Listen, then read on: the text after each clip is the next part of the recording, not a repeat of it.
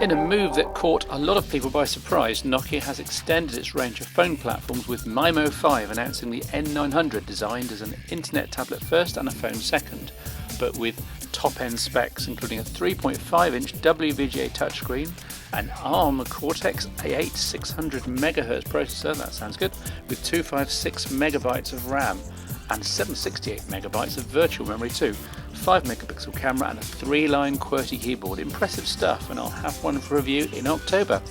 Also announced is the little sister of the N97, the N97 Mini, sacrificing the D-pad and some screen real estate to produce something that's rather more pocketable.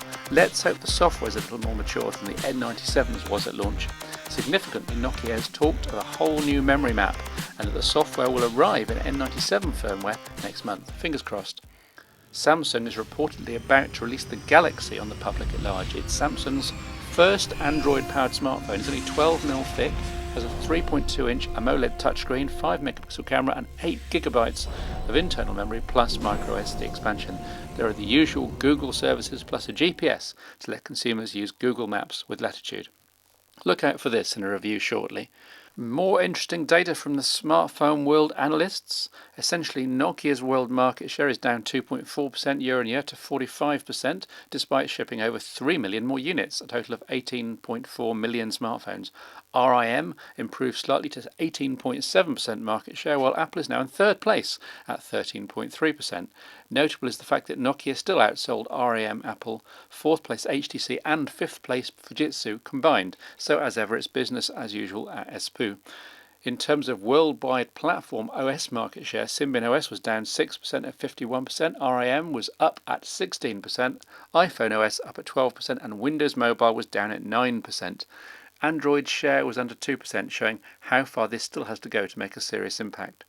Microsoft and Nokia have entered into an unlikely but welcome alliance that is set to see Office Mobile make its way onto Nokia's Symbian OS smartphones, starting with the business-focused E-series. Staying with Office file compatibility, QuickOffice has announced the official release of the latest version of its Microsoft Office-compatible document viewing and editing software, version 6.2 Premier, which works with all touch-based devices and which is fully Office 2007 compatible.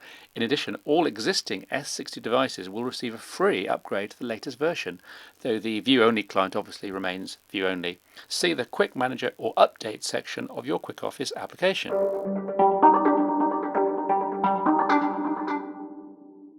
It's not often you get two reviews for the price of one, but in this case the two phones were separated at birth and simply given different keypads.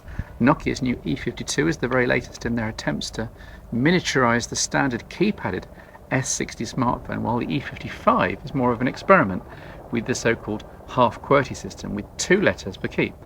The question, of course, on your lips is, how well does half QWERTY work, or is it a big deal? I'll answer that in a moment, but first I need to address the overall form factor, which is, in a word, stunning. Stunningly thin, that is, at only 9mm, and yet with, if anything, more features and functions than, for example, the flagship E90, which is positively huge by comparison. Now obviously you don't get the big screen or the big keyboard, but in other respects the E52 and the E55 are arguably better. Wi-Fi, GPS, digital compass, accelerometer, HDPA, 3.5mm audio out, application shortcut keys, very good speaker, surprisingly good camera, of which more later. You get the drift. Most impressively of all, and utterly eliminating the big bugbear of smartphones, these two phones have the giant BP4L 1500 mAh battery, which comprises almost half the phone's entire volume. In real-world use, the E52 or E55 can go about a week without recharging, all of which sounds a bit gushing, so as ever it's time to bring the phones back to earth a little.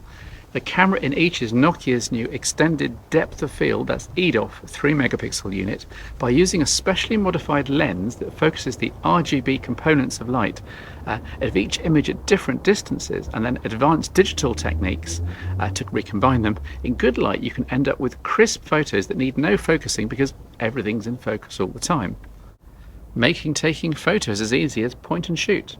In theory, the camera units are still small though, as you'd expect in something this size, and it all falls apart rather horribly indoors and in low light. And you can't photograph anything closer than about half a metre. Still, my first encounter with Nokia's EDOF camera was overall a positive one.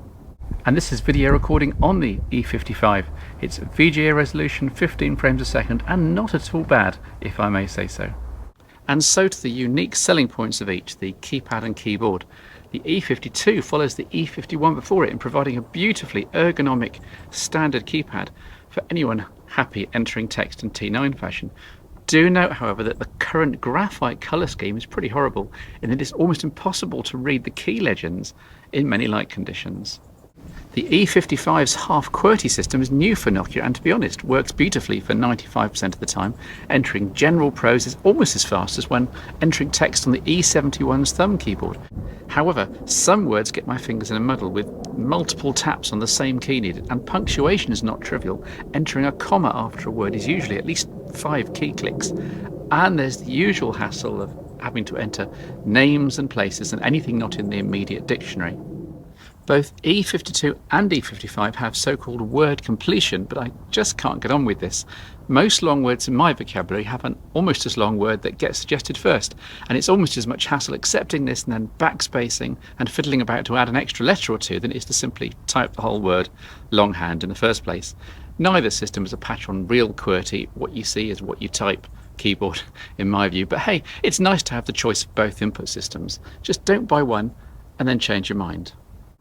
As with Nokia's E75 and earlier E71, there's a fairly awesome set of built-in applications, from PIM to full Office 2007 file editors, to Wi-Fi slideshow controller, to dictionaries, to voice control of applications and voice searching of installed music, to YouTube, video support, a selection of good games, plus the usual Nokia/Ovi maps with lifetime pedestrian navigation and trial drive navigation, Ovi Music, Ovi Store, Share Online, Phew. Oh yes, and Web is Nokia's new high-speed 7.1 version as featured on the N86. However, unusually and notably, there's no internet radio and no podcasting. Apparently the design teams didn't think that users would want them in such a business-focused smartphone. Oops. And in which case, why is the N-Gage Games client loaded? Hopefully the missing apps will appear in a future firmware update though.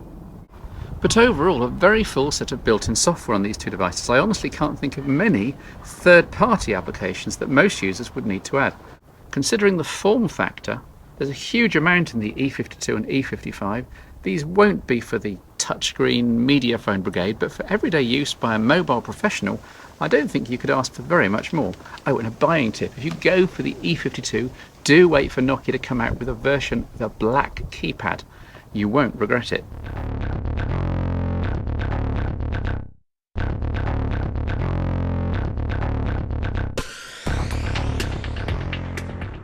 Hello, me again. I'd like to tell you about a new podcast, audio this time, Phones Show Chat. Tim, Sam and I chew over the issues of the day and discussing the technical problems that may have arisen from the content of each show. I'd also like to use this as an opportunity to appeal again for donations. You're effectively putting food on my table. If I've saved you money or helped you in any way, then do please consider sending something across via PayPal, dollars or pounds, or any other currency you like.